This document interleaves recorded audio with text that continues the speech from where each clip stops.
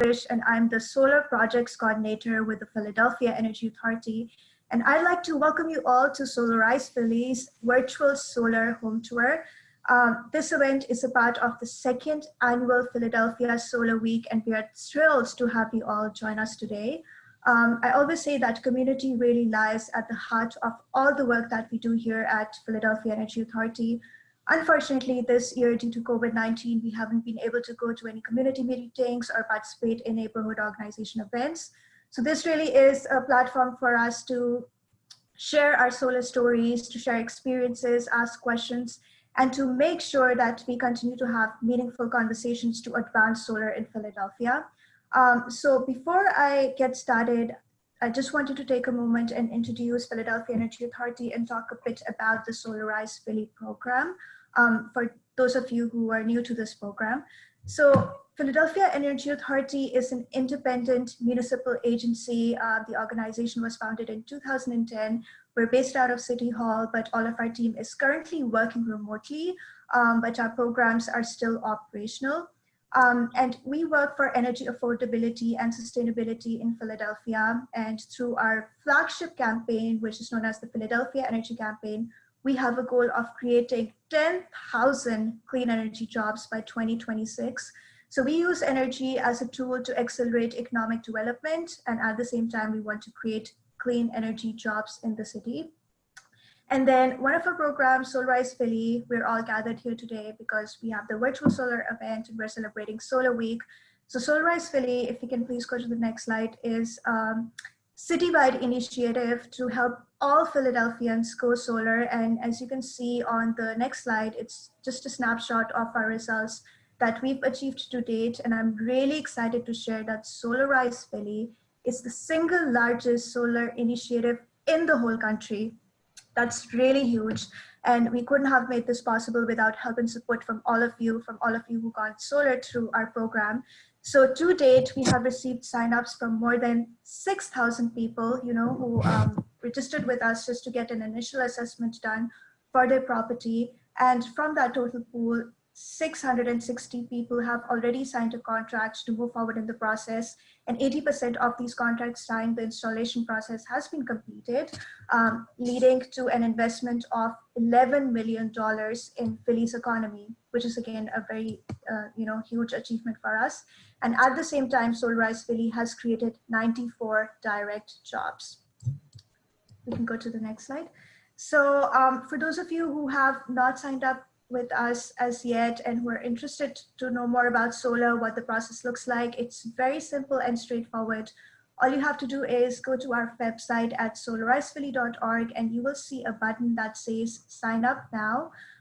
You simply have to fill out the form and hit submit, and once we receive your information, someone from our office will give you a call to welcome you to the program, just to confirm a few details about your household. And after that phone call, we will put you in contact with our partner solar installer, Solar States, and we have Mark from Solar States on this call as well. He'll be sharing more about the partnership that Solar States has with PEA, and we're really excited about that.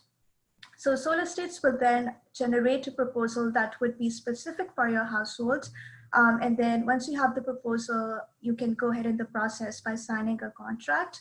Solar States will also work with you to make sure that you are able to submit the documentation and permits for getting approvals from PICO and LNI, which is licensing and inspections. And once all the approvals and permits are in place, Solar States will get on the roof, install the system, and then once the system has been installed, PICO will swap the meter, give the final permission to operate, and then you can flip the switch and benefit from the solar energy. So let's go to the next slide. So typically for a solar home tour, it's like an open house event where people who have already gone solar open their house and share their experiences with people who are interested in the process. But this year, due to COVID-19, we switched to a virtual platform. So we asked the participants, the panelists who are on this call, to share videos with us and to record video tours of their homes. And we have a compilation of the videos. So we will be playing that for you in a bit. But before we do that, I just wanted to give you a quick overview of the format of this meeting. So for the first portion, we will be playing those pre-recorded videos. And for the second portion, which is 5:30 onward, it'll be a live session where we will be asking the participants who have already gone solar to share about their stories and their experiences. And then we will also open the floor for question and answers. So I will turn it now to Kayla so that she can share her screen and play the video recordings for us.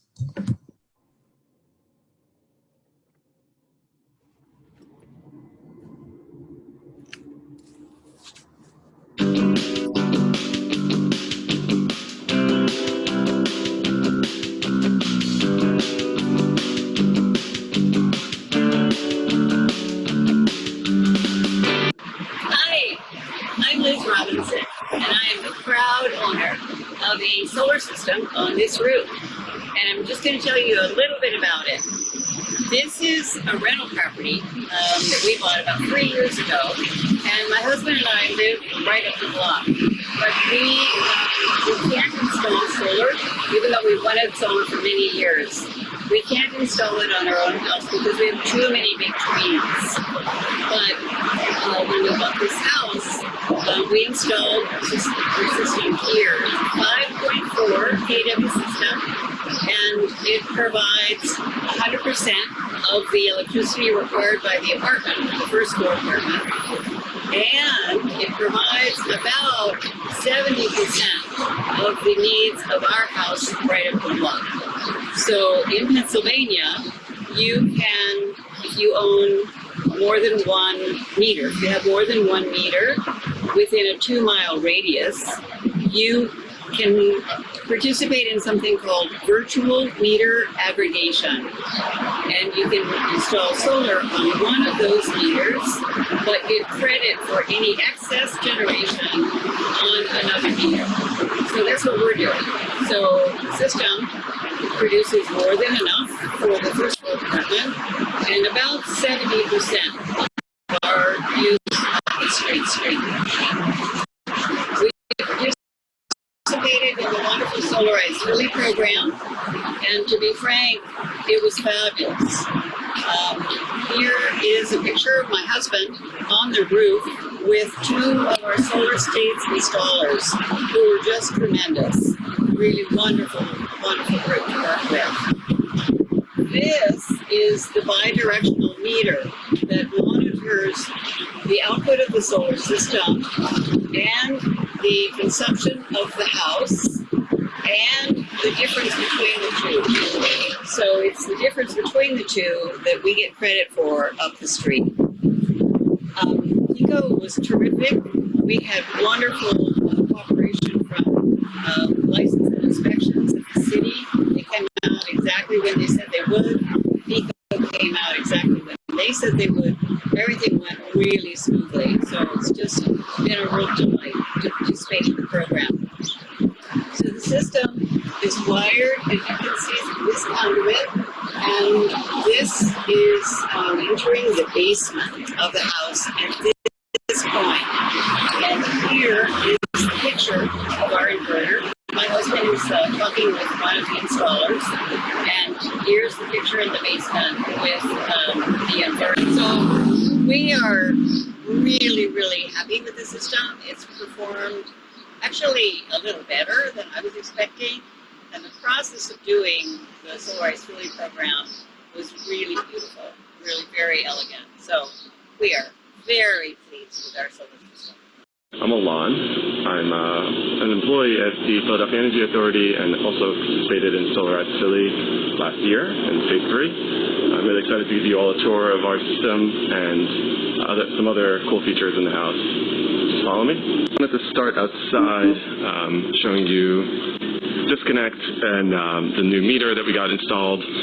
Outdoor meter, Pico will come swap out your meter for a bidirectional guy, and that'll be part of when you can really start generating. And then Solar States installed this guy here, which is an AC disconnect. And for anybody who's maybe concerned about the safety of the system, I think this is really exciting. That if there's a fire or anything else, the fire department or emergency responders can come in and just switch this power off.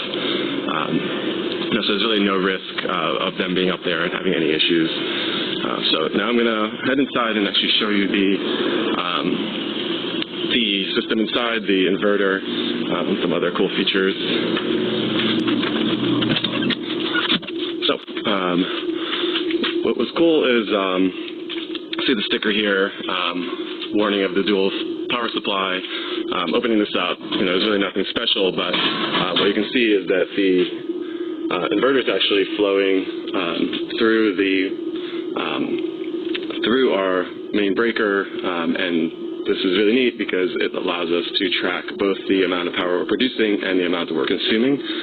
So any day or month, we can see how much we've generated off the system on the roof and how much we're consuming as a household, and see if we're generating net or having to still take stuff off the grid. So here's my system. It is very small, relatively speaking, because the type of roof I have, as you can see by my neighbors, is a small portion of flat and then a kind of sloping, really steep sloping section.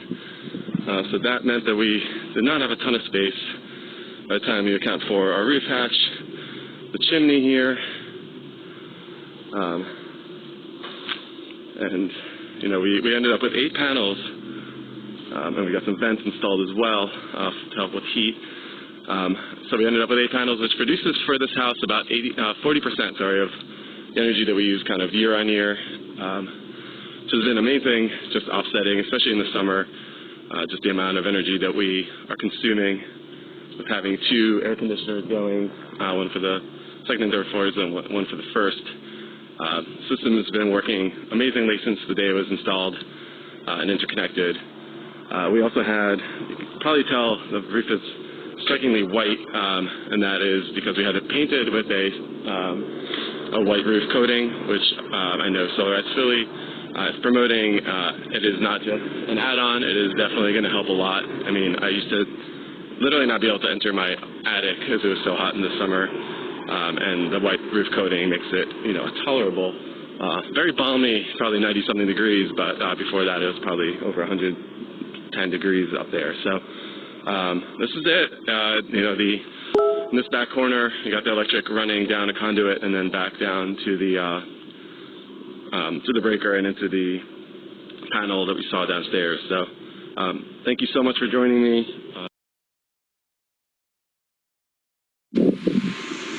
Hey everybody, that is power right there.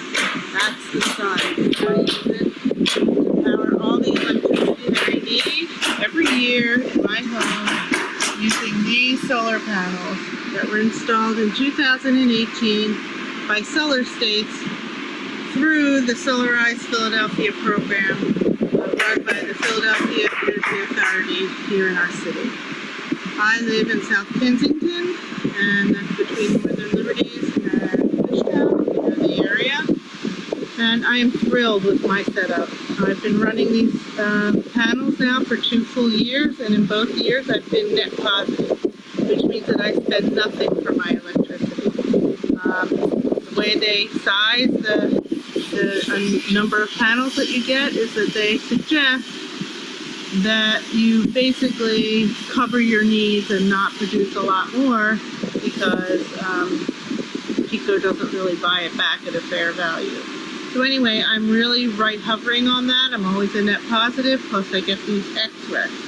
So the process was simply delightful. I had been involved with Solar States when I renovated this house about 4 years or 3 years prior to the installation, but through the renovation, I ran out of money before we could get these panels up.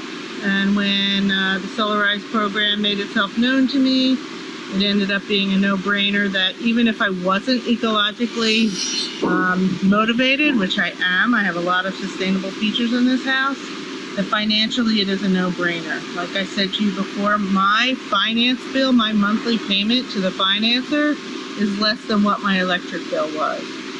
So I'm pretty excited about that. They've run flawlessly ever since installation. The process with Solar States was nothing if it wasn't professional and easy. I think it took 2 days once they do all the paperwork basically, just register and all the paperwork handles, and one day they call and say we're ready to install. 2 days later, I have had solar. So this, in my case, is the inverter. It's up here on my roof. In addition to, I'm lucky because my roof is south facing basically and has a slope, so I didn't have any mechanical kind of intervention. They could just slap on 12 panels. It fits perfectly and it meets my needs perfectly. This inverter, I think, in most homes is down inside the basement. Mine is up here on the roof for reasons that I can't remember.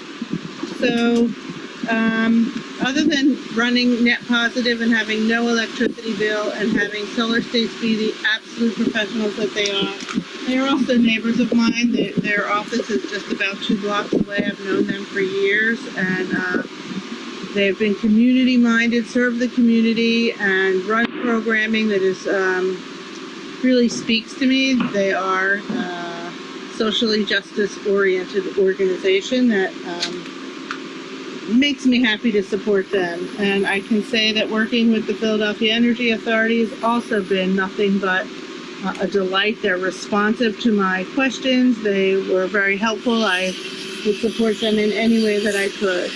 So I'm delighted to have these panels. They're kind of like magic. And on a day like today, I know I'm producing pretty much a good deal. And so thank you. I hope that you'll come to a virtual tour for the solar tour here. And if I can be of help to anyone, I hope that you'll reach out. Thank you. Hi, I'm Leslie. I went solar with Solarize Philly in 2018. My solar installation serves electricity to my entire house, and I'm very happy with it. I've now been active for about 19 months. I'm going to take you on a little tour around my house, and I'm also going to talk a little bit about some of the challenges I faced along the way. I'm so glad I found Solarize Philly.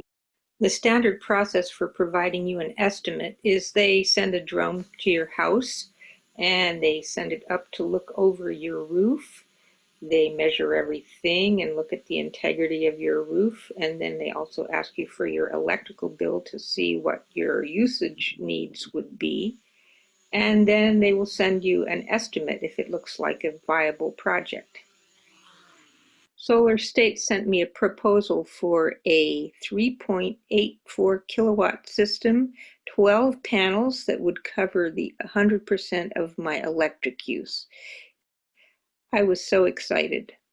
The next challenge was my roof, because even though I knew it was in good shape, it was 25 years old. It was made of coated asphalt, had never leaked, and was well maintained, but it needed to be replaced. I was advised that a good material for under my solar installation would be TPO. TPO is a solid membrane that has the advantage of not requiring periodic recoating, which would be inconvenient under a solar installation. While I was at it, I decided to add a 2-inch layer of insulation under the TPO. This was a piece of deferred maintenance that would be much harder to accomplish once the solar was installed. During the roof installation, they accidentally cut my antenna wire. When I was trying to figure out what to do about that, I learned that that antenna had been casting a shadow over my roof. Since the antenna was old and damaged beyond repair, I realized the very best thing I could do was to just eliminate the antenna in favor of a better layout for my solar panels. Now I have room for 2 extra solar panels if I should need them in the future. The next step in the planning process is deciding where all of the equipment that is going to connect to your electrical system is going to go. A lot of people put the inverter box on the outside of their house. We decided since the inverter could not really fit in a good place on the outside, it could be put inside my garage. They drilled holes through that big stone wall to run the wiring through, and here we are at the solar inverter box, which is the standard equipment with any solar installation. This inverter is continuously sending data to Solar States, and then it comes into my app, which I have on my phone, so I can see how my solar is performing. It has various different data points it looks at. An inverter converts the DC current of electricity to alternating current, AC, which can be used to power the house. The inverter then has to feed the electricity back into the house where it will reach the electrical boxes. So they ran the conduit pipes up along the ceiling and took a turn back down into the back wall of the garage where it enters the house. You see they've done a really wonderful job of installing it neatly so that it doesn't interfere with anything else in the room. Coming back into the house, we find this closet, which has a conduit pipe which is coming in from the garage. It goes across the basement ceiling above the pipes and into the next room, which is the lower basement, heading towards my electrical boxes. There's a nice bend. Voila, here we are. They have connected everything up to my electrical system. Now, they added an extra emergency kill switch here because of the distance between the inverter box and my electrical panels. It was a little larger than average. Most people will only need one of those on the outside of their house, but it all depends on your house, what you have to work with. It took about 3 days to complete the solar installation. Here we have the ballast that was used to weigh down the solar panels and the framing. We also have installers carrying panels up to the roof, and on a snowy day, the second day, they put the wiring up to the roof and back through into the house. The little box on the right is a safety feature which must be on the outside of the house with all solar installations. It enables the fire department to cut the power off if there's a fire or some other emergency. If you follow this gray pipe all the way up, it eventually makes it all the way up to the roof where we have our solar installation. Finally, solar panels have been installed. The final step, once the solar is installed and once all the permitting has gone through the electric company, is PECO comes out and they install a bi-directional meter. So this meter runs in 2 directions, and it can tell the electric company when I'm producing electricity that is going back to their system because I'm not using it. Once the bidirectional meter is installed, there's a little more paperwork with the electric company, but pretty much you're good to go. The electric company then has a good record of how much electricity you're producing, and at night and when it's rainy or their solar panels are not performing to peak, how much electricity you are using from the grid. It's exciting to know that I'm now producing clean solar energy to power my house and also sending some back to the grid. Go solar now, it's time. Hi everyone, my name is Stephanie Haynes, and my wife and I and our 2 kids live in West Philadelphia and have had solar panels since May of 2018. So I'm just gonna, rather than walk you around, it's raining and that wouldn't be that fun for anybody. I'm just gonna show you a few pictures of our setup. So this is our house, this one right here. And this was on installation day, which was very exciting. And these were the workers carrying the panels up to the roof. And I'm gonna just show you the different components. So out front, we have this shutoff. So in the case of an emergency, if there was a house fire or something else, this would just quickly shut off the solar panels right in the front of the house. In the alley out back, so the power comes down from the roof into this inverter, which is also how we monitor, both how we monitor and how Solar States monitors how the solar panels are doing. That's the little antenna you can see. It's communicating all the information. And then this comes down from the roof, goes into the inverter, and then this goes down into the basement to the panel. And we, like I said, we got our panels put in the end of May 2018, and it took a couple months before PICO came out, but we were glad they did put in the bidirectional meter so that when we're producing more than we're using, our meter runs backwards, and then when we're using more than we're producing, the meter runs forward. And we wouldn't have been able to see this anyway. This is up on, so I think that's it for now, and I'm happy to answer some questions when we get into the live discussion. Thanks so much. Hi, my name's Mordecai, and I live in a 2-story row house in Philadelphia, in Center City. And I'm here to introduce you to our solar installation. I'm going to share my screen here.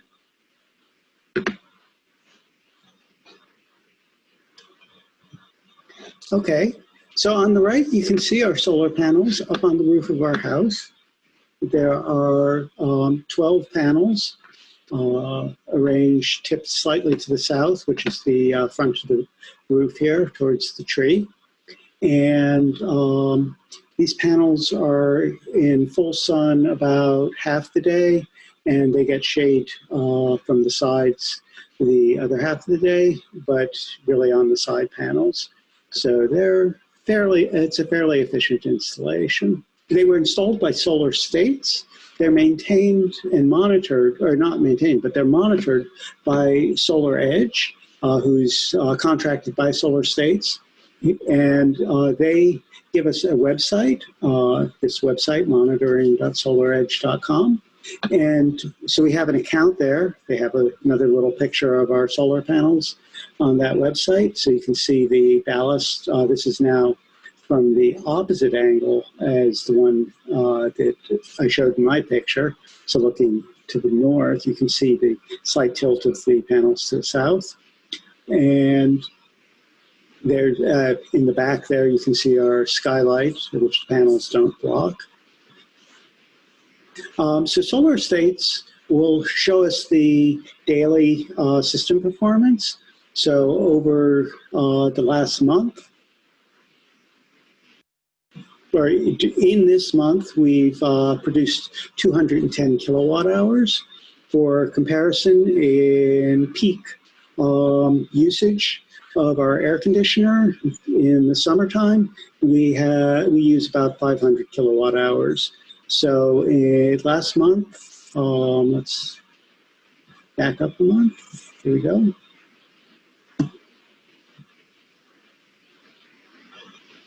Last month, we produced nearly all the electricity we need to run the entire house during what would otherwise be a several $100 electricity bill. It's all being produced by the panels. Now, the panels, of course, only produce in the daytime, but that power is cycled back into the electric grid in the day, and we are given credit for it, which then balances our nighttime usage. So having that 450 kilowatt hours in the day pretty much covers our bill for the month. You can also see the information about which panels are producing. So this is, we can actually watch over the course of the day. There we go. So there we go. At nighttime, of course, the panels aren't producing, but then 8 a.m., the sun comes up, and then we get a pattern as the day and night goes through. I don't have a drone or anything to be able to show you the solar panels as they are right now, but these are photos from the installation. These two are the back dormer here, and then they have the 8 right in the center. 2 sets of 4. You can see that they're kind of angled. Again, here are the 8, and then we have 2 on the front dormer.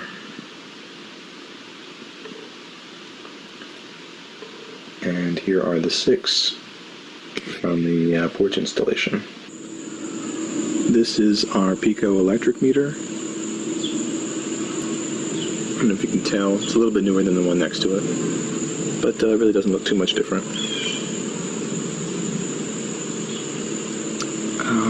So this is the shut-off box that we can actually turn off. You can see it says the photovoltaic system on it. So we can actually turn the whole system off if we wanted to from out here. This is the line that runs down the back of the house and it connects up to the solar panels on the roof and also on the other side of the house. And this is the two lines that go down into the deck and then into the electric breaker box that we have down in the basement, which you'll see in a minute. So here we are in the basement. These are the two lines that are came in under the deck. We'll follow them over to our panel box.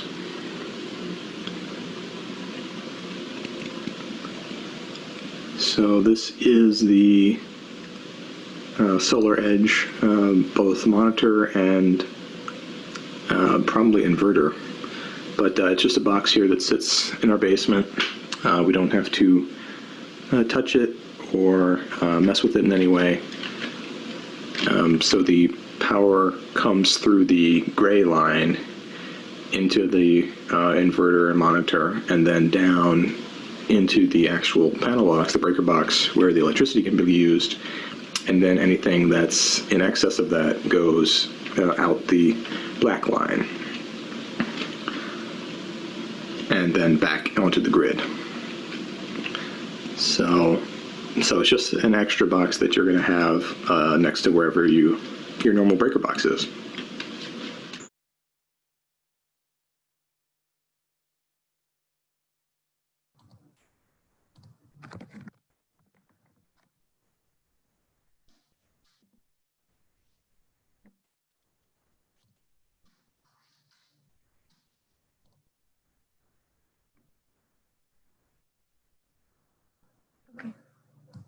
Thank you so much. Thank you to everyone who shared the videos and you shared your solar journeys with us. This is very inspiring. So before we start the question and answer session, I would love for all our panelists to just do a quick round of introductions. So maybe, you can quickly just share your name, the neighborhood you live in, and also very briefly, what inspired you to go solar. And you can frame your answer in maybe even a few words. You can just say, I went solar for people and planet. So Alon, maybe we can start with you. Sure, thanks Mavish. Thank you. Hey everybody, thanks for joining us. I'm really excited to see how many people are here and so many people sharing their homes, so thanks for that. So I'm Alon Abramson. I'm a program manager actually at the Philadelphia Energy Authority, but I'm also a Solarize Philly participant. I participated last year in phase 3. And it was wonderful. We can talk more about my experience, but I live in West Philadelphia. I think that was Mavish's other piece. So I have, as you can see from the video, a kind of crazy roof. Not as crazy as the one with dormer, but just about with mansard roof and everything. And it was still possible to put solar on there. So if it's possible on my house, it's going to be possible on yours. That's what I want to say here. Thank you, Alon. Terry, do you want to go next? Sure. My name's Terry Lewine. I live in South Kensington, which is a little neighborhood in between Northern Liberties and Fishtown. Always wanted solar, super eco-minded. I bought a house that had a south-facing, it was important to me to be able to put solar on. So when I bought this house, the fact that it had a south-facing sloped ceiling was important to me, and it's worked flawlessly. Thank you so much, Terry. Len, do you want to go next? Everyone, I was just thinking about how on earth did I get into this, and I realized that my dad was a scientist, and years and years ago, before anyone had really figured out how to do it right, he installed some crazy device on the roof of our house in Vermont that heated our water. And I just remember him standing outside on a sunny day and saying, "We're heating water." And it wasn't even electric. It was just, you know, this complicated device. So I've always been interested in the idea of sort of producing some of my own energy, and couldn't do it when we lived in Germantown, which is where we've lived most of the time we've been in Philadelphia, because there were too many trees and the roof was too peaked and so forth. But when we moved to Northern Liberties, I actually don't like having a flat roof, because I think flat roofs are sort of a problem in other ways. But one good thing about it is it did make it easy to install solar panels. And so, you know, our system, which thank heavens you didn't see because it would have been very repetitive of the others, I think produces about 80% of our electricity. And, you know, we've been really happy with it. Thank you so much, Len. I'm so glad that you mentioned that solar is actually a great fit for a lot of flat roofs in Philadelphia. A lot of people think that solar cannot be installed on flat roofs. I'm really glad that you mentioned that. Liz, do you want to go next? Sure. I am in the energy field, so I have been wanting to do solar for many, many years. But our house, as I mentioned in the video, has too many huge oak trees, which we're not about to cut down because they provide air conditioning value. So I was also very aware that the price of solar has plummeted in the last 10 years. It's come down more than 80%. So back in the early days in Philly, we were moving solar through a PV grant program that the reinvestment fund was offering. And we were thrilled when we got the price of solar down to $8 a watt. But I installed this very small system on this rental property, and it was only $3 a watt. So the price has absolutely plummeted. The panels are more efficient than they used to be, so you get more output from per panel, and they last longer. The longevity of the system is greater. So everything is better, and it's remarkably inexpensive. So waiting paid off for me. We got a much better system, and of course the 30% investment tax credit was a real plus. So you cannot really beat the Solarize Philly program, and I have to really hand it to Mavish and all of you, Alon, and all of you at the PEA for doing a really excellent job. You know, I'll just say here that I now direct the Philadelphia Solar Energy Association, and I get calls all the time from people in the suburb, and you know, they're very frustrated because they don't have a Solarize program, and they don't have the level of cooperation from the utility or their local, the equivalent to their license and inspection. So, you know, one of the things that the PEA has really done is take a lot of the hassle factor out of the process. And that is so important. So thank you for that. Thank you so much, Liz, and thank you for all the awesome work that you do for Philadelphians to help them with their energy needs. Sure. We really appreciate all your support. Sure. Okay, so Gail and Jesse. I'm Jesse's mom. Hi, yeah, we're in Philadelphia. I'm in Mount Airy, and we're both, ecologically very conscious, and that was the impetus for years. Even if we could just break even on the solar installation, and then looking at the hard numbers, it was just became a no-brainer to not do it, especially through the Solarize Philly program. Awesome. I just wanted to say something about Solarize Philly. What sold me there were many reasons, but when I heard that Solarize Philly had an educational component to it, job training for youth and in the solar field, and jobs were created, I just really liked like the whole circle of I guess it's community involvement and improvement, and it's just where just made it the final selling point for me. I said, no, and this is a good, this is something I really want to invest in. Awesome. Thank you so much. Dan? Hi, everybody. I'm Dan Garofalo. I don't know if I'm unique in this group, but I just completed a solar installation on a second property. So I live in West Philly, and in 2010, I built a green house in the Cedar Park neighborhood, actually about 6 or 8 doors down from Milan. And it does have a flat roof. And we always intended to make that a solar powered house as well. It doesn't have any fossil fuels.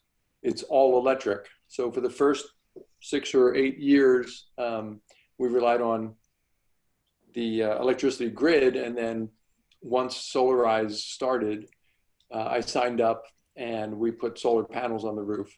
Because it's all electric, it doesn't cover, the solar panels don't generate 100% of the house. It's a large 4-bedroom, 3-story house. And it's all electric, central air, induction stove, electric heat, electric hot water. So there is a big demand, but the solar more than cuts the energy bills in half for the year. And that house is about 12 blocks from where I've lived since 1999. And I have a 130-year-old row house in West Philly with a flat roof. And so last year, we put solar panels on this house as well. And this has a traditional gas furnace with electric central air. And it's only been operating for about a month. So I'm not sure how much the panels offset my costs, but I'm delighted to have 2 installations. I can echo what everyone else said. The Solarize process was seamless. And I got great service from Solar States as a contractor.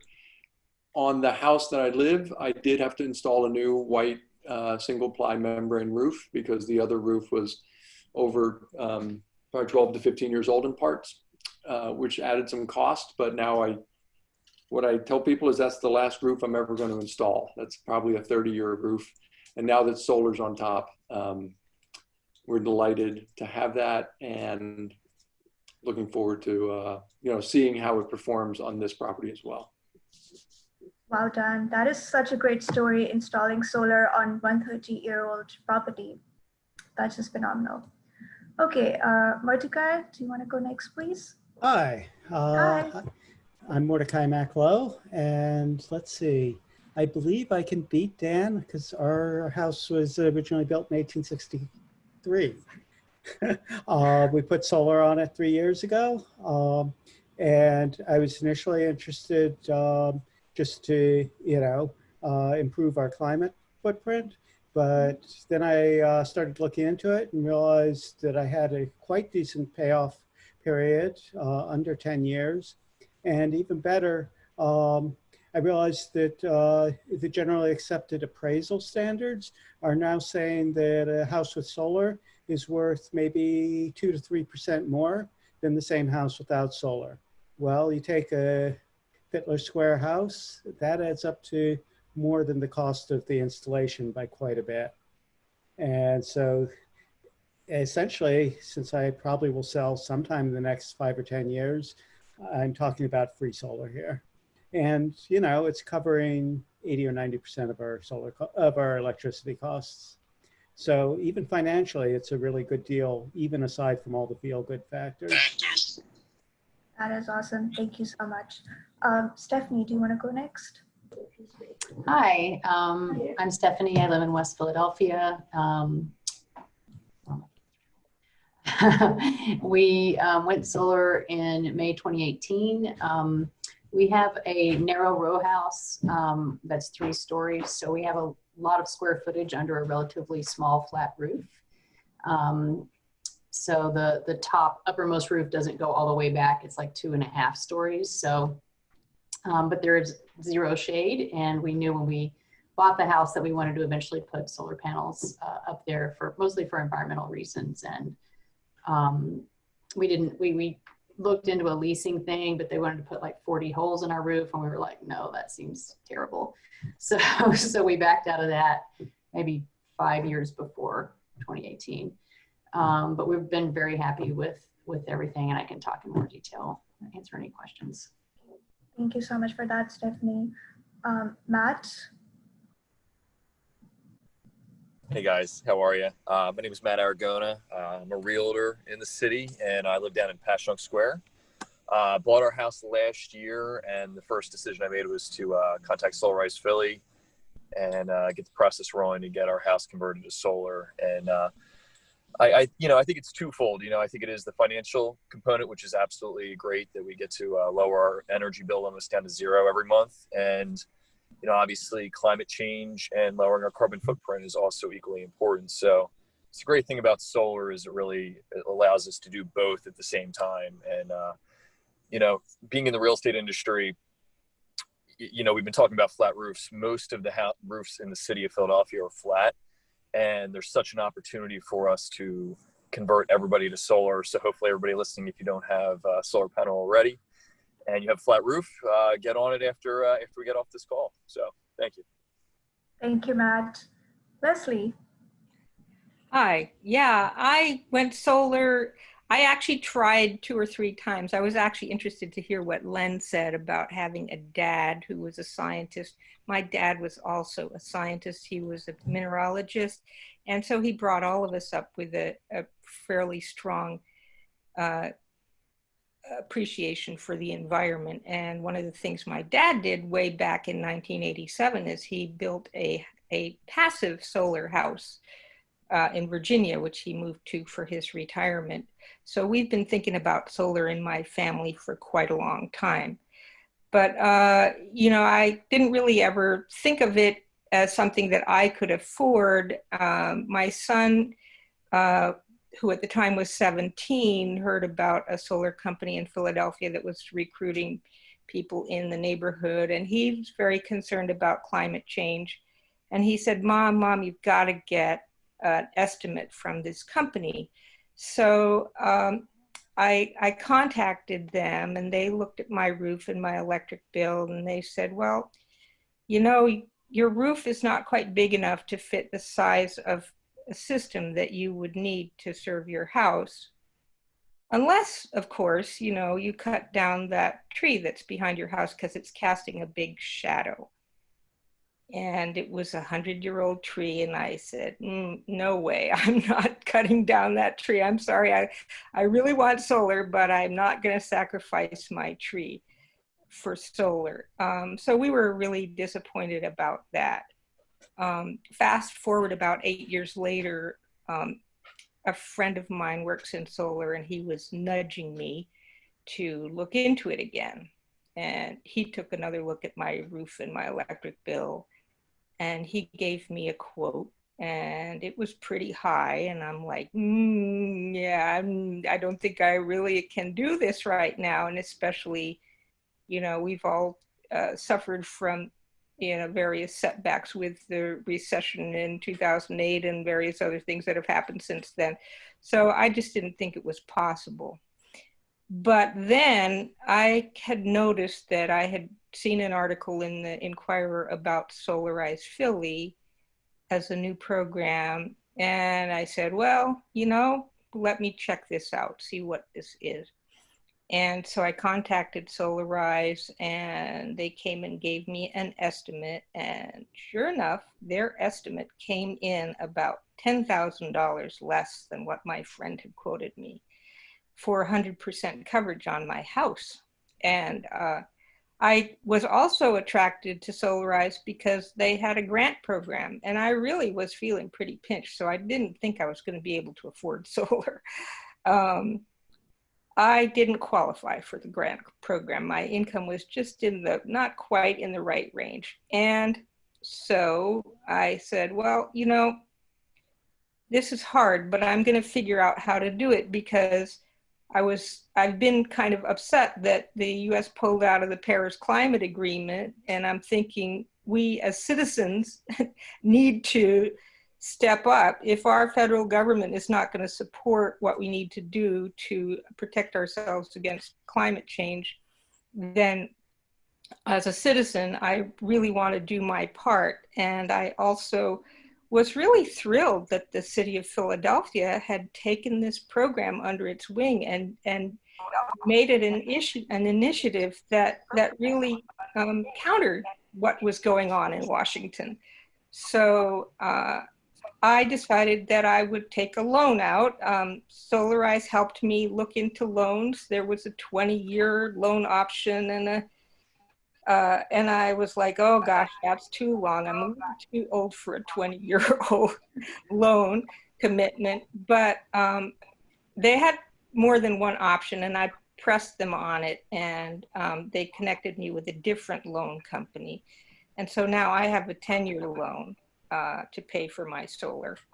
You pay a little bit more for the solar if you get a loan, but my loan leaves me with only like average $30 more per month than I was paying on average for my electric bill. So in 10 years, I will be done with the payments and I'll be home free, and I will have made a great investment on my house.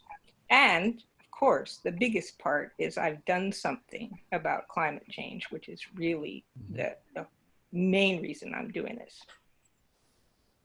Thank you so much, Leslie. That's really inspiring. And I know that during one of the other webinars, Solar Week, you shared something really beautiful that you want to give back to the planet and you want to make this world a better place for your son, which I think is really inspiring. But at the same time, you shared the other part of the story, which is like when you're looking for a solar installation, it's like going to a market, you come across a lot of options, you come across a lot of quotes.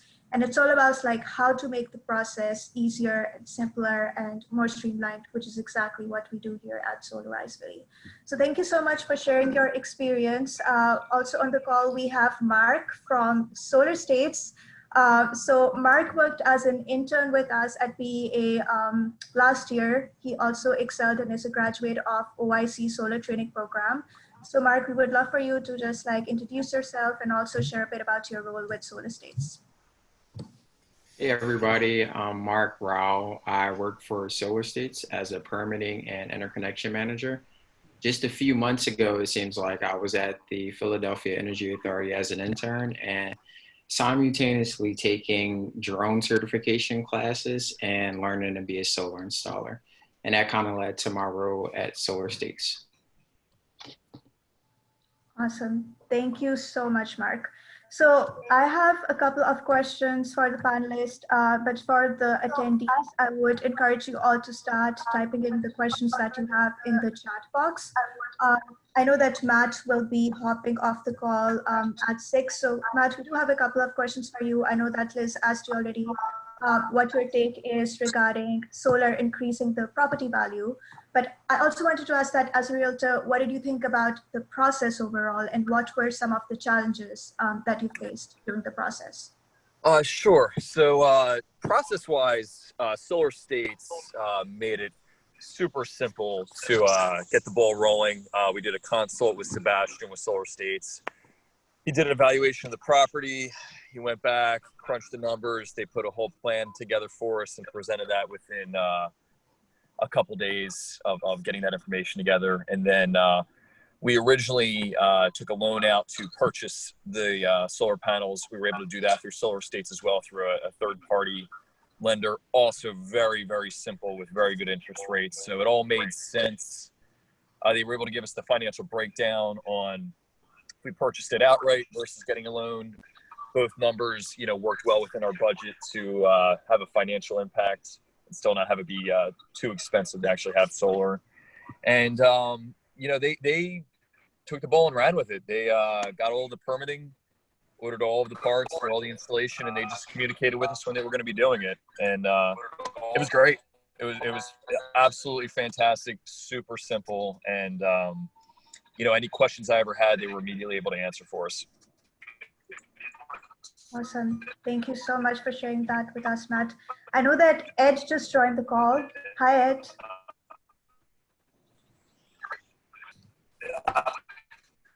Ed, can you hear me? I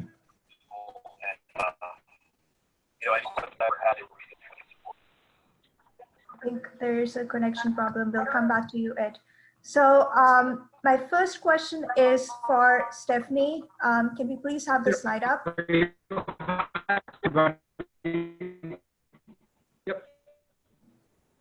Can you hear me? I'm sorry, Ed. Yes, We're very having clearly. I can hear you quite clearly. Yep. Yes, I can hear you. Hello? I mean, I can hear you very clearly. Okay, perfect, Ed. Thank you. So my question to you is that what about the process surprised you, since we're talking about the process and the challenges? Sure. Yeah.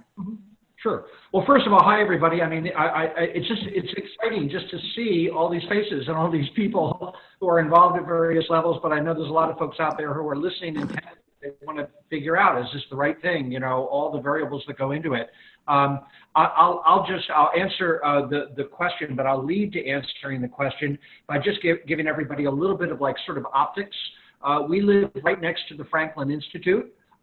We have a very significant roof, meaning that the configuration of the house and also the lineup, a sort of a pure, perfect east-west lineup, a lot of sun. And even though we are relatively proximate to Center City, or you might even say we are in Center City, it's a clean view. Now if they build another Comcast tower, 2 blocks away anytime soon, that might be a problem. And there's a lot of development going on in the area, but we just took a chance and said that this is going to remain an unobstructed view, for quite some time. In fact, our array looks very similar to the image that's on the screen right now. A lot of similarity to it, a combination of a flat installation at one point and then a little bit of an angle, to optimize the sun. I would say, to your question, all of that leading back to it, and our installation, by the way, was relatively recently. We would have had this the end of December. So, in terms of life and where it's been, definitely pre-COVID, but only by a little bit, and everything's sort of shutting down kind of significantly after that for understandable reasons. The thing that really struck me, and I know there's a lot of Solar States love on this call, and I would only be adding to it because they were the installers, but just the process generally. I mean, I'm going to at least take a risk here and say that this kind of solar installation, the installers everywhere want to get it right, and get all the little checkpoints right. But at least in my experience with Solar State, the thing that surprised me, and I mean this very much to the positive, is that there is some level of complexity here. For instance, with the trade-off, the juncture with Pico, the moment that sort of handshake occurs, we had to have some panel work done on our box downstairs so that it would accommodate the work, and that required an inspection. There was a lot of points where it felt in hindsight like it could have gotten very messy and elongated, and well, that's kind of not our responsibility. You have to handle that. I was really struck by how much they took responsibility for it, and in a way that struck me almost as a kind of an over and above way. I could see some people wanting to say, let's simplify this installation and let's make that their responsibility. We obviously had to be attentive, and a homeowner, it's your biggest value, it's your biggest asset. You're going to be attentive to the details. But in this particular case, and I think this is probably a very consistent story, there's a lot to deal with, and I was surprised how much of that process they owned. They owned so much of little things that looked like they had the potential to, as I said, really elongate the whole thing. It was and still is very impressive to me. I'm so happy to hear that, Ed. Thank you so much. So if we go to the next slide, This is Stephanie's beautiful solar installation. And then the next slide really shows the bidirectional meter and how she's able to monitor the production of her system using SolarEdge. So Stephanie, we would love for you to share more about how your bidirectional meter works and also how you're able to monitor the performance of your panels. Sure, happy to do that. And it was great seeing everybody's systems. It's really cool. This is the advantage of the virtual solar home tour, right? Is that you get to see everybody else's homes versus just having people come to yours. So that's kind of nice. So the way I understand it is the bidirectional meter, ours is in our basement. When you're producing more than you're using, the numbers just literally go backwards, like the odometer on your car doesn't go backwards, but if it could, it would go backwards. So that's why they actually have to put in a different meter, because the regular ones don't have that ability, I guess. I'm sure there's people on this call that understand the technical details more than me. But from my perspective, I understand that it runs forward when we're using power from Pico, and it runs backward when we're using the solar panel, and the solar panels are producing more than we're using. Also, somebody from Solar States explained it to me, like when you're producing more, big sunny day, but maybe it's not so hot, you don't have the air conditioners on, and you're just, your panels are producing a lot, that power is actually going back out into the grid, if you can see my hands, and powering your neighbors' houses, which I hadn't really thought of it in that way, and that's kind of cool, like that it's actually your neighbor's lights or refrigerator or whatever is being powered by your panels. So I thought that was pretty cool. So I don't know if there's anything else to say about the meter. Solar States did tell us Pico is slow about coming out, at least in 2018. And it did take a while for them to come out and put it in, but they did eventually do it, so. Okay, and Morgan, if you could please go to the next slide. This is the emergency shut-off switch, I believe, for your installation, Stephanie. Mm-hmm. And then the next slide shows how you monitor the production using SolarEdge, if you want to shed some more light on that. Sure. I'm guessing, just a show of hands of people, when you first got yours, did you look at the app like every day? Like I totally did. So there's an app, and like I showed on the inverter, there's a little antenna that sends the data to Solar States and to SolarEdge, which monitors that's their job. Like that's what they do, is monitor solar panels. And at first I was like looking at the app like every day, and I was mad when it was raining because we weren't producing as much or whatever, but that went away. But there's a website that has even more like in-depth stuff you can do, or you can look on the app. And I thought that was actually a really nice sort of bonus, but I guess you could do that with your regular electric bill, and I've just never really done that. But you get year-to-year comparisons, daily information, monthly, weekly, lifetime.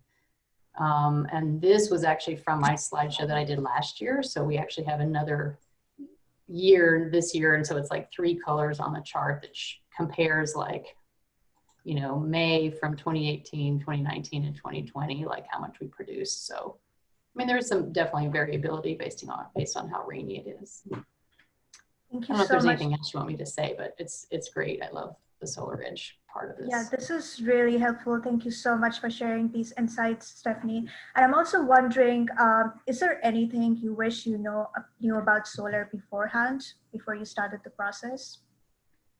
I think the one thing that I didn't understand at first, and it took having the panels to ask the question, was I didn't understand, and again, this is because I'm not really an electrician, or I don't understand like all the details of everything, but I kind of thought that when the power went out, like the grid went down, a transformer blows or tree falls or whatever, that our panels would keep going and produce some electricity, and maybe not everything, but at least keep the refrigerator or freezer going or something.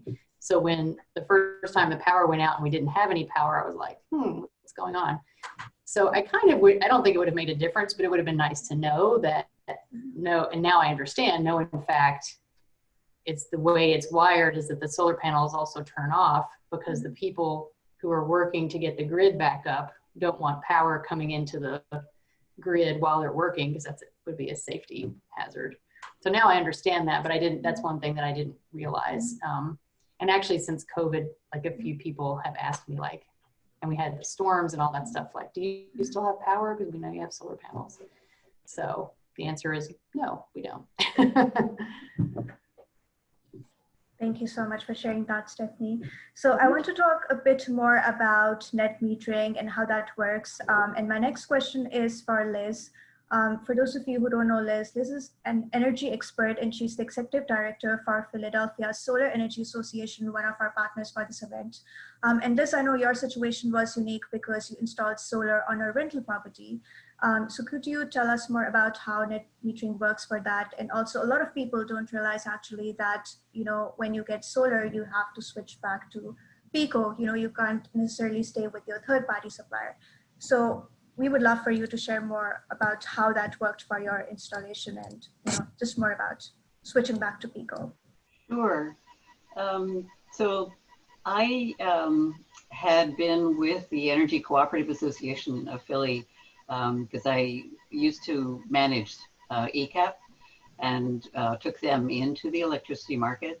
So I was very loyal to the co-op. And I've been with them for 14 years, buying 100% renewable energy. And frankly, it did not dawn on me that when we installed solar on the rental property and we were getting the excess credit on our home off the block, that the co-op would not be able to give us full net metering value. So just to explain this really clearly, when you're buying supply from a third-party supplier, you're buying generation, and that's all you're buying. You're not buying distribution and transmission. You're still paying PECO for those two parts of your bill. So there are three parts of your bill: distribution, transmission, and generation. And you're always buying distribution and transmission from PECO, and in our market, that's about the same price, roughly the same price. That's about half the bill. So you're buying the other half from a third-party supplier. But if you want full net metering value for the solar that you generate, you can only get that reliably. I believe this is true. You can only get that from PECO.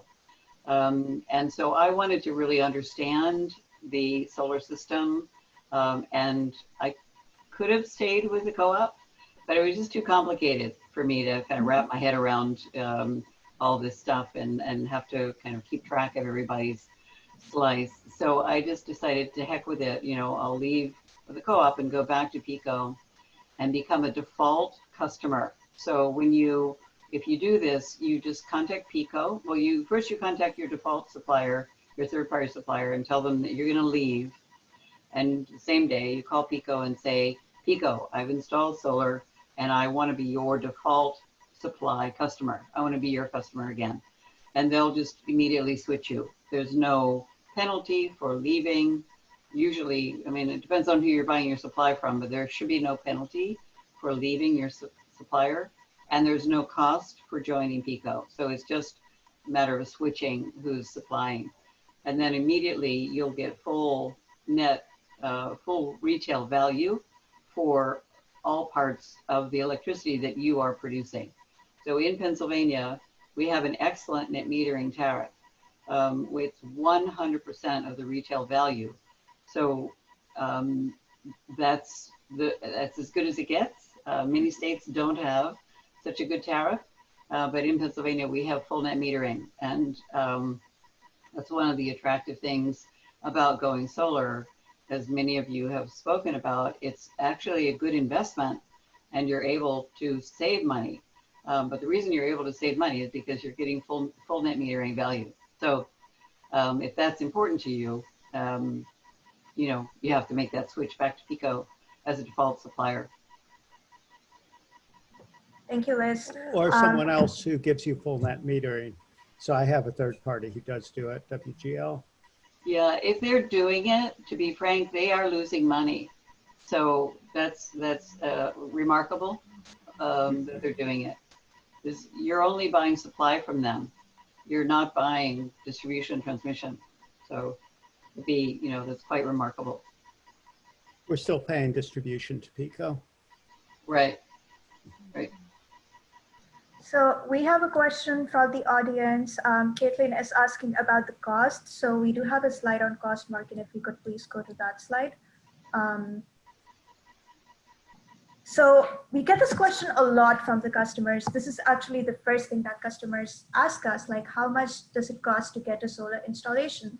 And our answer is that it really varies from one household to another because it depends on a number of factors, including how much area you have available on your roof, how much electricity you're consuming. I give this example a lot that, I've seen proposals for neighbors who are like right next to each other and the solar systems look very different, the quotes look very different, just because the electricity that they consume, the electricity consumption varies a lot. But typically what we've seen is that in Philly, for an average row home, the cost varies between $10,000 to $20,000. And the system pays for itself within 8 to 10 years. And then the other question we get a lot is around the financing piece, like how do we finance for our solar system? So if you could go to the next slide. So some people prefer paying cash upfront. For others, it makes more sense to take a solar loan or a home equity loan or a line of credit. And Martika, I know that you have an interesting example to share about how you financed your system, because I know you were able to pay it off in installations and increments. So we would like to hear more about that. So as I recall, when we signed, and Mark may be able to shed some light on this as well, but as I recall, when we signed our contract with Solar States, we paid a certain percentage upfront, maybe 20 or 30% upfront. We paid another percentage when they started work and then paid a final installment when they completed. And because of various delays, primarily that we had to replace our roof, and that could only be done once the weather was decent, that actually dragged out over maybe 6 months. And so effectively, we had a bit of an installment plan de facto. Got it. And Leslie, I know that you were able to take up a solar loan, if I'm not mistaken. Yeah, there were two companies that that Solar States was working with, one of which they recommended over the other. The one they were recommending was offering a 20-year loan. And as I said earlier, I was like, I don't think I want to take on a debt that's going to last 20 years. So I asked them about other options, and they did connect me, the loan company they were working with connected me with some other options inside that loan company, and I still wasn't quite satisfied. They said 15 years. And then I said, well, why aren't we talking about this other company you had mentioned? And it was Mosaic that I went with.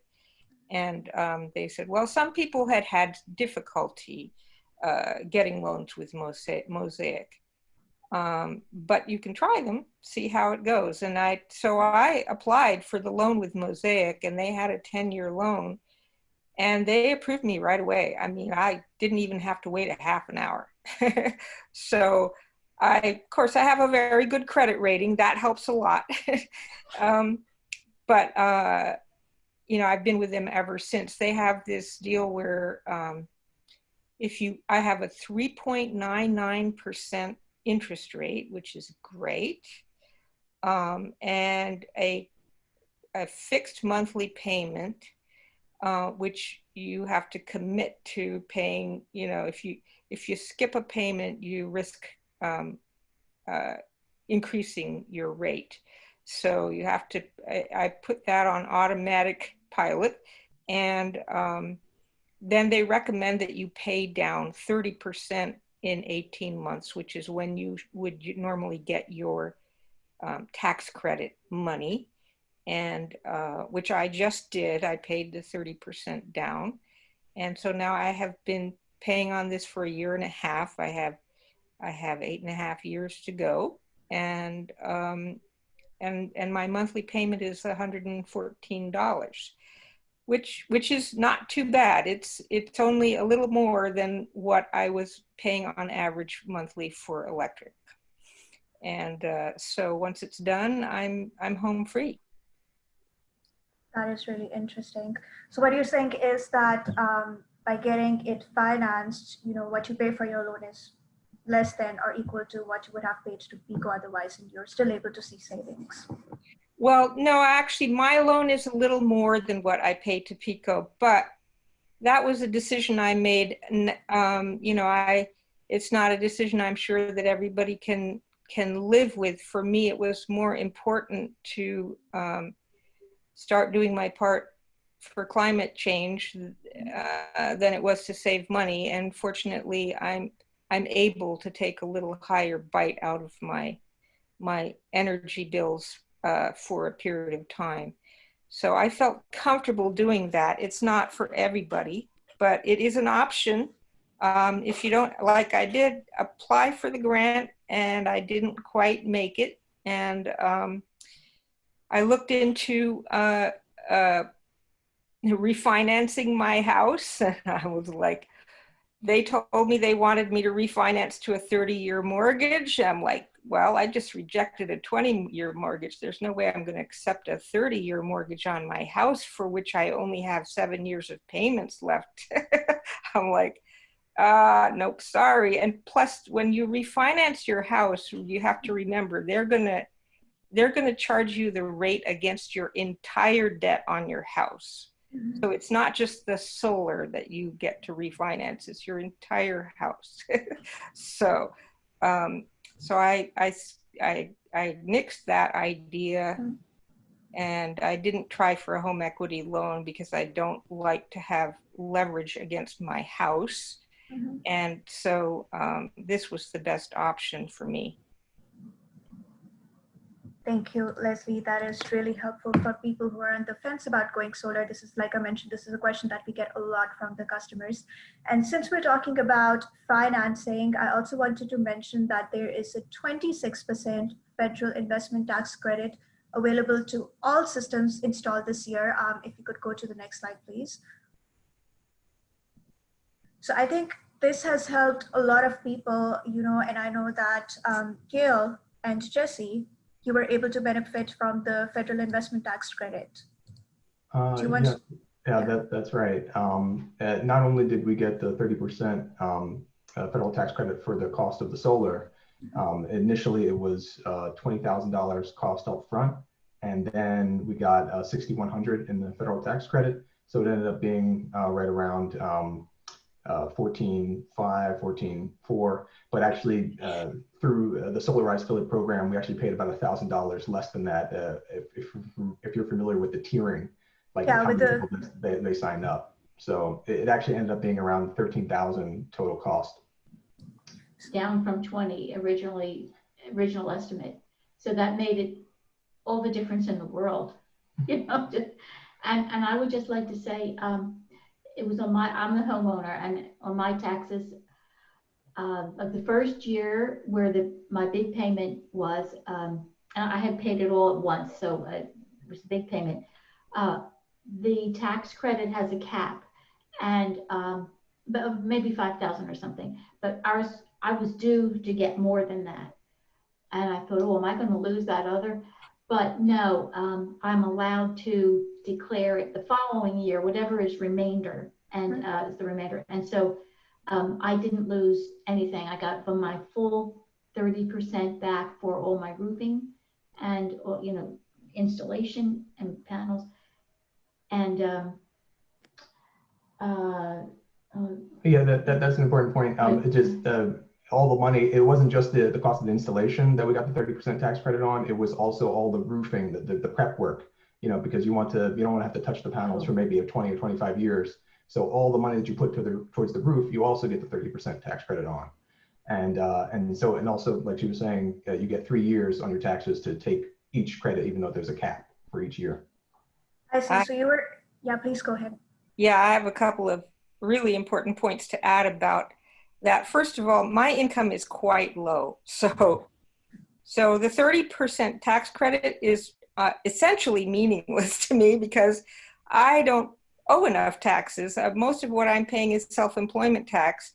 And so I didn't owe enough taxes this year to be able to claim anything. But did roll over into next year. And considering the pandemic and that I've had unemployment compensation for a while and so forth, I probably will get a little bit of that tax credit to count towards my taxes. But basically, if you don't owe taxes, you're not going to get a credit on something you don't owe.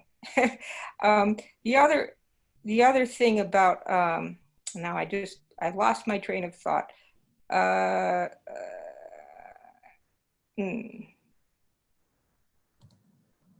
Thinking, maybe. Why don't you skip ahead? I may come back to it, but I think that's probably the most important. That's very important. To know about the tax credit. You can't expect that you're going to be able to get a big cash back if you don't actually owe the money. Yeah, Leslie, you've made such a great point. I'm so glad you mentioned that not everyone can benefit from the federal investment tax credit, but I believe the idea really is to bundle all the discounts and savings. So you bundle the Solarize Philly discount, which is a group buying discount, and then you layer it up if you're able to benefit from the federal investment tax credit. And the city recognizes that there are a lot of people who are unable to benefit from the tax breaks and the federal investment tax credit, which is why they launched the citywide Philadelphia Solar Rebate Program this year. And I know that Alon was able to benefit from the program. He's one of the people who was able to receive a rebate check from the city. So Alon, do you want to share more about how you applied for the rebate and what Sure. I was very much advantaged by, sitting in this is pre-pandemic, in the before time. So I was there when, Mavish and Laura were creating the rebate program. And so I was very aware when the rebate program launched, and I knew I was, eligible for it. So I think I waited a little bit before I applied, but it's just a really great program. It was something I could anticipate a little bit as I was applying for Solarize, that this would be something coming along and that I could factor that into my actual cost and my payback period. So that really brought my payback down to I think less than 8 years, which is wonderful. Super easy. It was just a form with a couple of pieces of information to upload, like everything that we try to do at the Energy Authority, kind of, user friendly. And then a check came right to me, which was also just great. So there's a lot of free takeout that I'm basically anticipating from that money coming back. I will add one more thing, which isn't really talked about here, is the group discount was really nice. We had several tiers of group discount. You get a certain amount back depending on how many people sign up for solar this year. I don't know if they have the group discount this year, but last year before I had ever put a penny down, except for my $250 deposit, which I put with my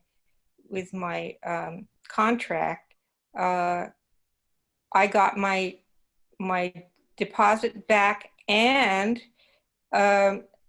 that group discount, which was about $100 that came to me before I had actually paid a penny on my loan. So I got all of the money I had put in back before I started spending money, which was really nice at the end of the year around Christmas. Well, I just wanted, I just wanted to, I remembered what I was going to say, that when I filled out the tax form, the tax credit, I was wondering, do I have to have receipts for the roofing? What documents do I have to show? And none, unless I guess you're audited, but I'm not likely to get, I'm just a run-of-the-mill person. I'm retired and I live on Social Security and a city pension. And I was able to take advantage of it, but it was so easy, and they required no proof at all of any work done, any roofing I had done, nothing. So this is my like the federal government. So I just remembered what I was trying to say about bundling the roof with the solar for the tax credit. My solar installer friend who tried to sell me my much more expensive product, he actually told me that if you want to bundle the roof with the solar, you have to be really careful about how you do the paperwork. And it really helps if the solar company can work with the roofer and they can all bill you on one bill. So it takes a little extra effort to get the paperwork lined up that way and get everybody cooperating with each other. But there is a risk if you don't do that, that they won't give you that credit for the roof. Of course, you know, it might depend on an audit and what's the likelihood of an audit, but I'm very careful about my taxes, so I don't want to have anything hanging out like that that might come back to bite me later. That makes perfect sense. And just to close the loop, I wanted to share that we had $250,000 available for the rebate in the last financial year, but this year the funding has not been renewed due to COVID-19. But if your system has been interconnected, you know, we have a waiting list. I can share the link for the solar rebate website in the chat box here. So yeah, let us know if you have any questions, and we will also definitely reach out to you if the funding gets renewed for the solar rebate program. The other question that I see in the chat box is, can someone talk about SREX? Najwa, thank you so much for your question. So actually that's the next slide that we have queued here. Maybe the next one, and we can come back to lens system. So Alon, do you want to talk about the SREX? I know you recently were able to sell your REX, so tell us what the process was like for you. Sure. And just for like a little bit of context, the solar renewable energy credit is kind of, basically there is a market created by the state's requirement for achieving a certain level of solar penetration, where people buy these SRX. Well, I won't get into the way the market works, but basically as you generate, and you know, solar states or whoever your installer is will get you registered with you know, the organization that allows you to do this trading. But basically as you generate electricity from your system, once you get to 2,000 kilowatt hours, that is equal to this solar renewable energy credit that is actually like tradable on this market. And like any other market, like the stock market, you know, the prices change throughout the year, and you know, so you can do this manually, or you can just have SREC Trader, which is what or SREC Trade. That's what I'm enrolled with. You know, they can just do it for you as soon as you generate it. They'll sell it for you.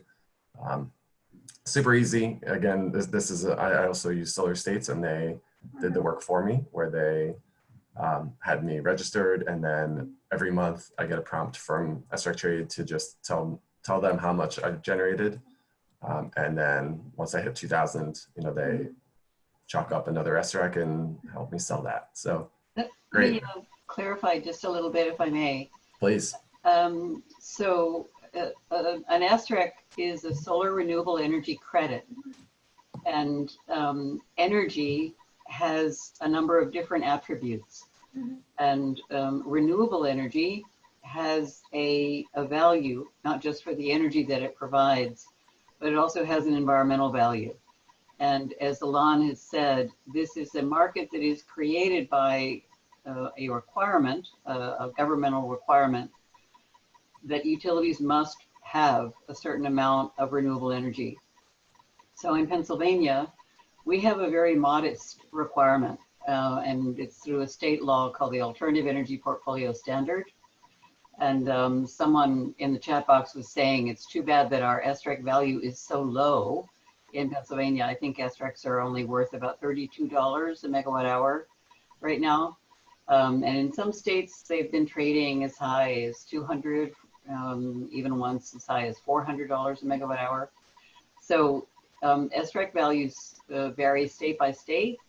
So the higher the state's requirement for renewable energy upon utilities, the greater the value of the SREC.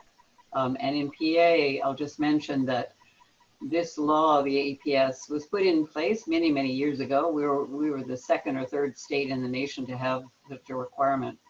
But we're coming to the end of it, and it will sunset in 2021. And it only requires 0.5, 0.5% solar. And we have already reached that for all intents and purposes. So we need to update this law. And our goal among the solar community is to bring it up to 30%. Right now, it's only 8% renewable. We want to bring it up to 30% renewable by 2030. And of that 30%, we want 10% to be solar. If you have any inclination to contact your state legislator, contact me and I'll help you do that.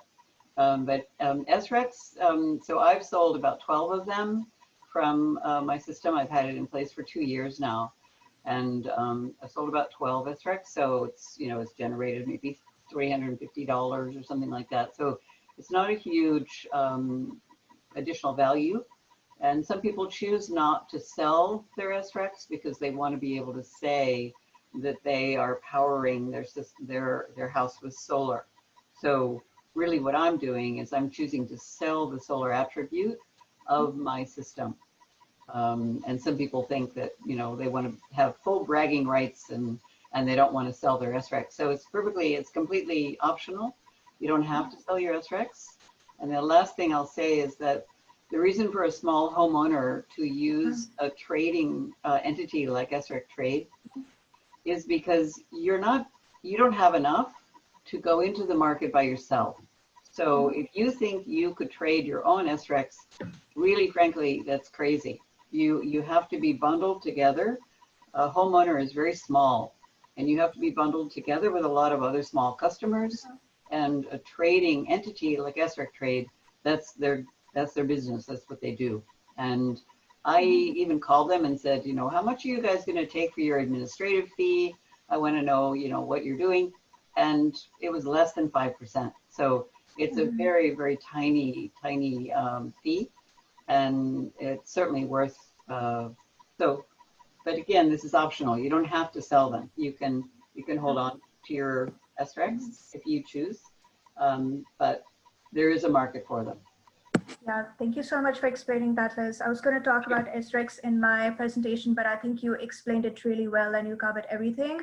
And just to summarize that, SRECs, it's like a solar stock market, but our pre-approved solar installer solar states, they're well equipped to explain the process to you, and they can also help you register your SRECs if that is the route you want to take. All right, so I know we have talked a lot about the financing options. A lot of people who are not able to benefit from the federal investment tax credit. So, for those of you, we still have the Solarize Philly group buying discount. I mentioned earlier about the Philadelphia Solar Rebate Program. Even though we're out of funds, we still have a wait list. I also wanted to talk about the Solar Savings Grant Program, which is on our next slide. And we want to make sure that solar is accessible to all Philadelphians. And this is a new offering. We're currently in the phase 4 of the program. So this is an offering for low and moderate income households. There's no credit requirements to participate in the Solar Savings Grant Program. The only requirements are that you must have paid your PICO bill on time and in full for the past 12 months. And the second requirement is that your total household income must be less than 80% of the area median income.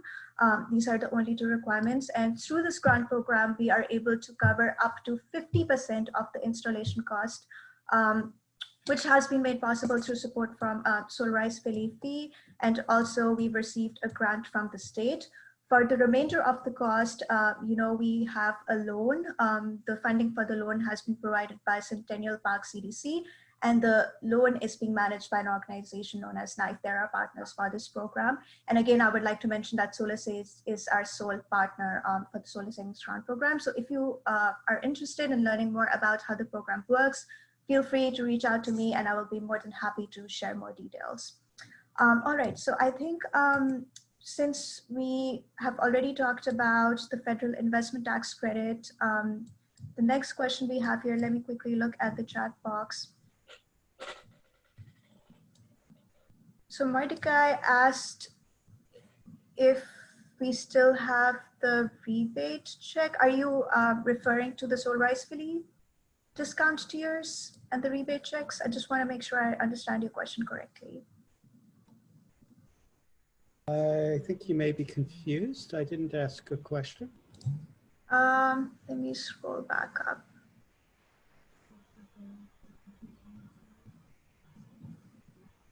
I'm sorry, it got lost in the queue. I'll get back to that question. Yep. Okay, I'll find that.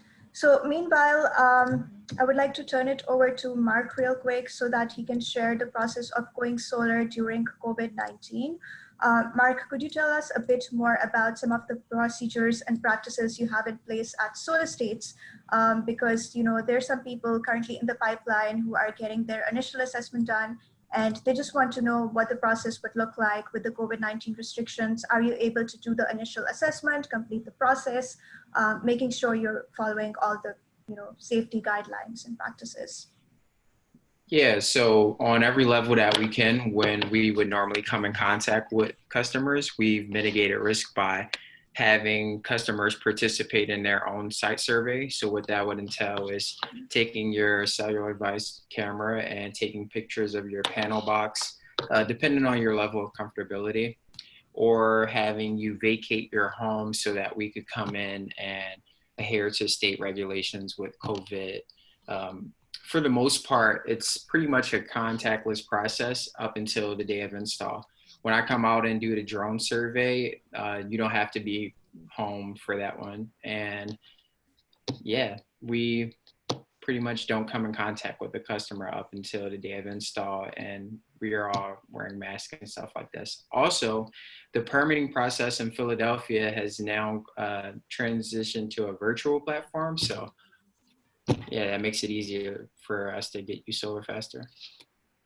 That is awesome. I know that LNI recently launched Eclipse, which has made it easier for our homeowners and also the installers to submit all the documentation.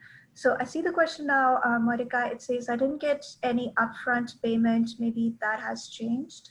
Oh, that was, I was having a discussion with Gerardo and Alon, and Gerardo had raised the question of whether you could get a 10%, a 10-year upfront payment of SREX for your system, and I didn't get that, and Alon didn't get that, but the possibility was raised that maybe some installers are offering that as an incentive. So I believe that is for the Solar Savings Grant Program. The way it has been designed, yeah, there's also like an SREC incentive that is given to the customers. Good to know. Through that grant program. Okay, awesome. So I would like to switch the gears a little bit here. So we talked about the process, the permitting, interconnection, SRECs, net metering, the cost. But I also wanted to talk about, how we engage communities and how important it is for us to spread the word about Solarize Philly, because we have this offering, but a lot of people in Philadelphia don't even know about it. They don't know that they can benefit from the group buying discounts. Like I mentioned earlier, there's this myth that, solar cannot be installed on flat roofs.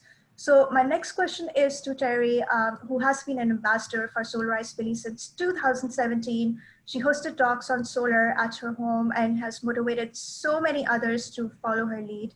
So Terry, what is your advice to someone who is on the fence about going solar? And then my other question is, what motivates you to act as an ambassador for us? So advice, if you're on the fence, I guess the question is why. So there doesn't seem to be a financial question anymore, because most of us, in my case, I actually do pay, I did finance mine, and I do pay less than my bill was. So my monthly outflow is less than what it was when I paid an electric bill, and soon it will be paid off. So financially, if that is why you're on the fence, it doesn't seem to be a reason to get off the fence. And, I don't know any other reason to be on the fence. If you're ecologically minded, I did think, I should just wait and the technology would get more efficient. And I like someone already said, maybe, yeah, from the 1970s till now, it's much more efficient, but the costs have come down that the loans are available if you really can't afford it. So there doesn't seem to be a fence. And, but if there is, then get clear and maybe talk to somebody who has done it to get your questions answered. And why am I a fan of Solarize? I think what we've heard from everybody is consistent with the experience that I had. I had wanted solar for a long time before there was a Solarize. I did know about solar states because they were neighbors and I had talked about it and it was too expensive. And the process of working with the individuals at PEA and the Solarize program has been so respectful and efficient. So, and you know, it's great for the planet if you care about that, and it's great financially. The value of your house, if you want to leave if you just want to leave a good value to your children in a home that has solar, it's just a great deal. Solar States is, like everybody else has said, it's really been, you know, I had my experience and I just thought it was me, that it was seamless. I mean, basically I said, I want solar. And then I just sat here and they did everything. And then I had solar and they signed me up for everything, the SRECs, they signed me up for the Solar Edge, the app went on my phone. There was, I just sat down. The most interesting thing was when it was done, you know, solar's quiet. Like there's nothing. It was just like, I had waited so long and it's just like, okay, they're done and now I'm producing and nothing is different in my house. There's no noise. There's just nothing different except for that I'm now a producer. So I do have a lot of excitement about being a producer. I do really have a lot of confidence in the program itself because they also, a value that I have is contribution to the community. And so I know that Solar States does that, and that Solarize, or the PEA, I guess it is, or the Solarize program, you know, they're really into teaching a skill to people, and then hiring those people who they teach a skill to. And that has a lot of meaning for me personally. So I don't know how to not really be a very enthusiastic ambassador for Solarize. I just think there's like, I tend to get emotional or passionate, as people might say, but there's just nothing that is not great about the PEA. And in terms of like, when they started, I was sort of involved with Solar States a little bit before, and as soon as, you know, Solar States introduced me to PEA, and they literally invited me into the office to hear what my experience was and to ask me what my opinion was. And, you know, who does that in the city? And so they've just been such a delight to work with. I'll just say it that way. And really care about the city of Philadelphia. And from now that it's 3 years in, we can really see the difference that they're making in our city. And for those of us who are ecologically minded, that's a big deal. And for those of us who are equity minded, all these jobs that they're producing, that's a big deal. And for people who just want to save money on their electric bill, it's a big deal. So that's why. And Mavish, I mean, how can you not want to be a big enthusiastic supporter of her? Thank you so much, Terry. Thank you so much for supporting our cause and for being our ambassador. We couldn't have like achieved the success that, you know, we saw through Solarize Philly without help and support from all of you. So thank you so much. And since we're talking about savings on Pico bill, Dan, I know that your experience was similar to Liz's. You also installed solar on a rental property. So were you able to see some savings on your Pico bill? What was it like for you? I'm sorry. It's been great for me. The way, I mean, everyone has their own way of doing things. I built this house as a rental property that could be sold to a single family home. Mm-hmm. So like there's an extra bathroom in the basement, and it's currently rented to a number of young professionals and graduate students. So in the 10 years that I've been renting it, there would be turnover every year or two, maybe someone would say 3 years, but there'd be turnover, and it just became kind of a pain to continually re-register the utilities with the tenants. And because I was friendly with the tenants and I was a good landlord, they let me look at what the utility rates were for the first couple of years. And then moving forward, I said, you know what? The utility rates are going to fluctuate, but they're not going to fluctuate that broadly. So I decided that I would just charge people a flat utility rate per person, and it would equal roughly what the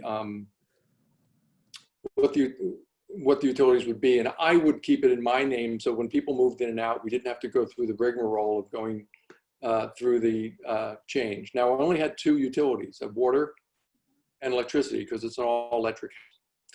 But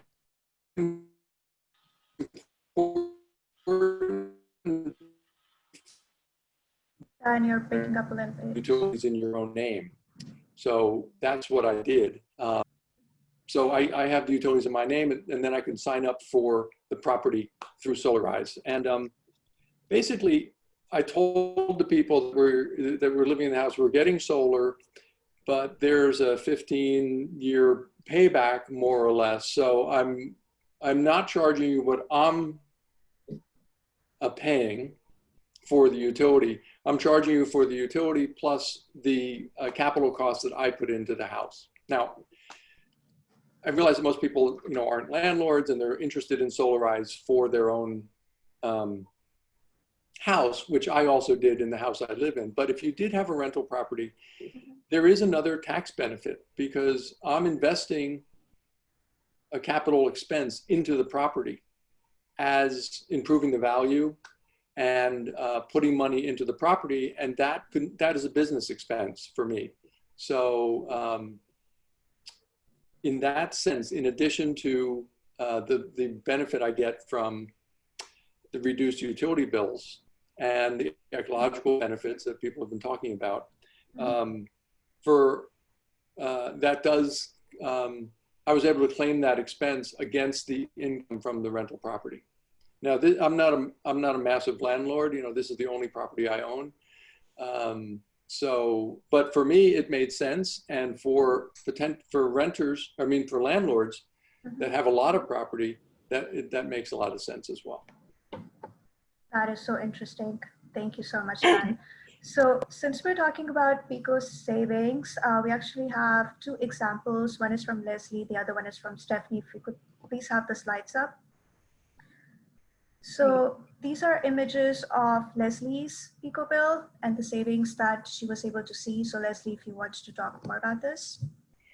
Yeah, so I did a kind of a mock-up of my Pico bill that condensed the critical information down to 1 page.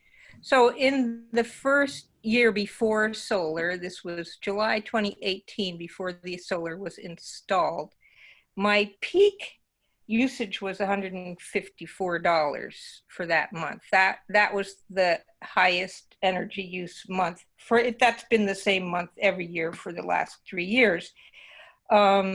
And I was averaging between $74 and $154 a month before I went solar.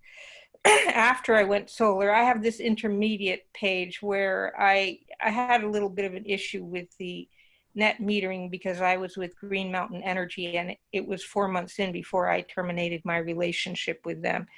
But we will fast forward to the third slide, which is my current bill. And so you can see that the bill is for $9.99 a month, which is the customer charge.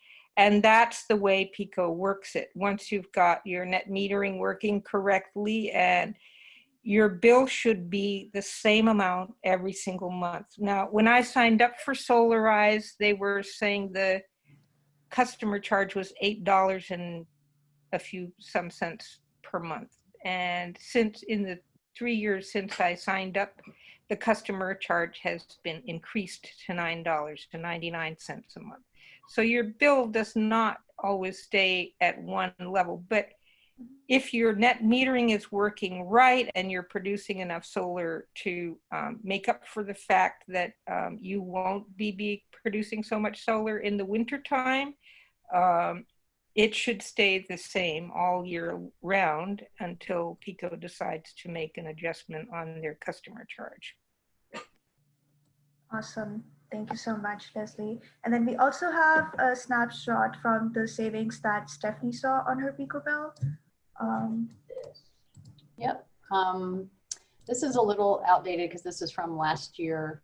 So we were also with Green Mountain Energy, so that was similar, as you can see. But we really, it took like you were just saying, it took a little while before we started seeing the savings, and part of that was we didn't get our bi-directional meter right away, and then we were with Green Mountain Energy. But once things got rolling, I actually just was looking on the PECO website, and according to them, we've saved $53 per bill per month on average. So again, we have like a really big house and a small roof, so we were not expecting that we would be covering our whole bill, and but you know, it's really nice, especially this summer when it was really hot and we were running window unit air conditioners in probably 8 rooms. I don't know, some crazy amount of rooms to cool the whole house when we needed to. Like we're efficient. We try to not all have them all on at the same time, but when we did have them all on the same time and it was hot, our bill was still $100 for the whole month. And so it still felt like, even though that was, you know, more than zero, which sometimes we pay, it was still, given how much we were using and with the air conditioners and everything, it was still a noticeable difference. I don't know, can I plug our tankless water heater too, just while we're talking about money? Like our tankless water heater uses no gas. We have a gas dryer and a tankless water heater, and our last gas bill was like $20. So it's kind of, I sort of look at it as all one package, like with our Prius, and we don't spend much money on gas, and it's like all the things add up to really big savings. I would like to also add the difference between the first time I tried to go solar and the successful Solarize solar project was partly because I embarked on a whole bunch of energy efficiency improvements on my house in between. So between 2010 and when I actually went solar with Solarize in 2019, I had reduced my annual electric bill by an average of 13%. And that was part of the reason why they had told me initially that my roof was not big enough for solar. Well, since I wasn't using as much electricity when Solarize evaluated me, the roof, not only was it big enough for solar, but it was big enough for solar and room for 2 panels if I need to put them on later. So those energy improvements are really important. One of the big things that I did that improved my energy bills was LED bulbs all throughout the house.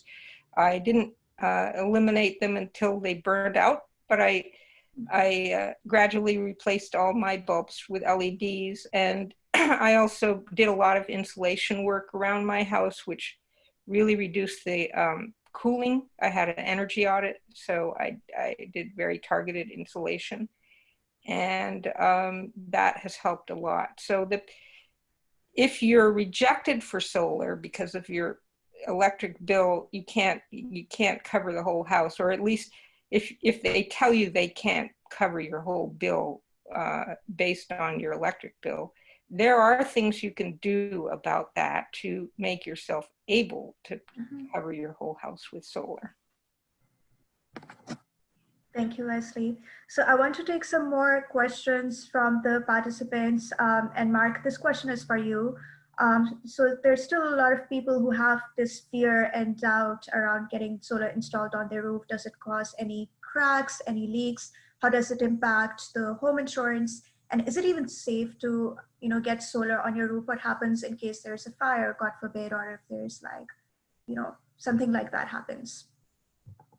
Yeah, it is a very safe process, and the difference between SolarStates and some other installers is we have in-house architects and engineers who help us with the structural load to make sure that the product that we're giving you is the most compatible with your house or your roofing style.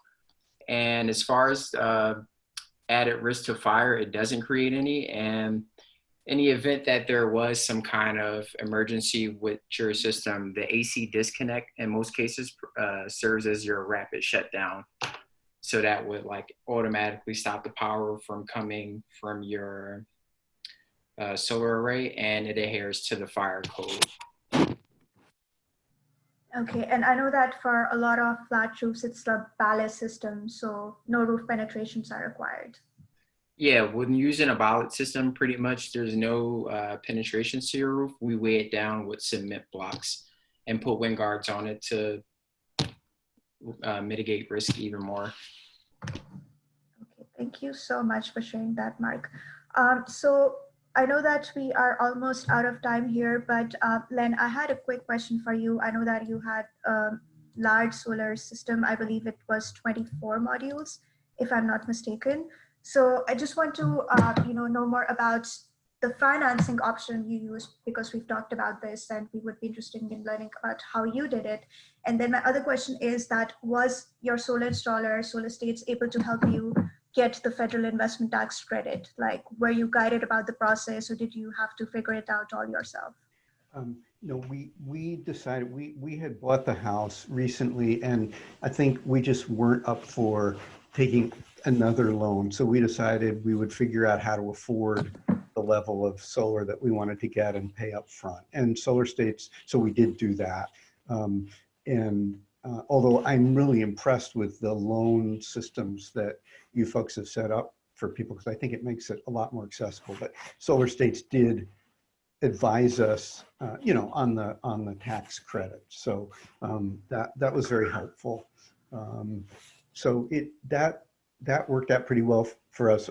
While I have the floor, I'll just mention the question that I put in the chat, which is really about how to get people interested in starting to think about solar, not even so much the getting them off the fence once they're deeply involved in it, but because I've kind of noticed that a lot of people just don't think about it, and somehow, and I also noticed just from listening to this call that for almost all of us, it isn't just an economic argument, and in fact, there's some intangible thing about wanting to do this and participate in getting solar power, contributing to jobs, whatever it is, but it's not just an economic calculation.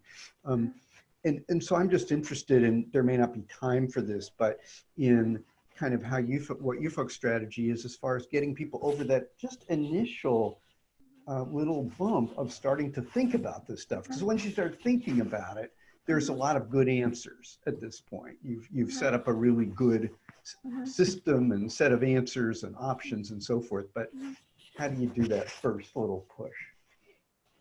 Thank you so much, Lynn. So that was entirely the purpose of having this virtual solar home tour, to have a platform where we can have an engaging conversation, to answer all these questions. And even after the session, I would like to leave you all with my contact information.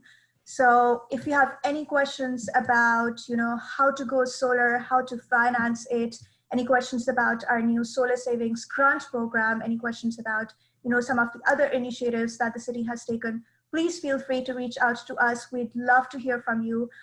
Like I said towards the beginning of the session, community really lies at the heart of everything that we do. So we want to hear from all of you. Please keep in touch. And then the other thing that I wanted to mention is that I know we talked about job creation. That's a very critical piece of the work that we do here at PEA. But we also want to make sure that we are training people who are equipped and skilled to take up these clean energy jobs.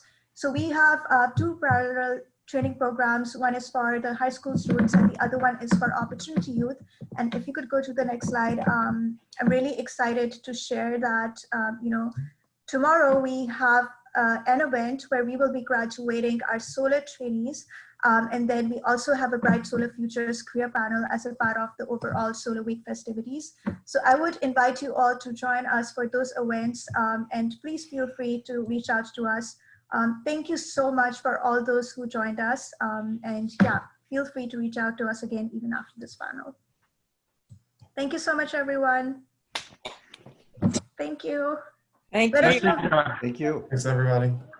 Very nice to see you. Much. Thank you so much, Thank you, Ed. Mavish. Thank you. Thank you, Bye, Lynn. all.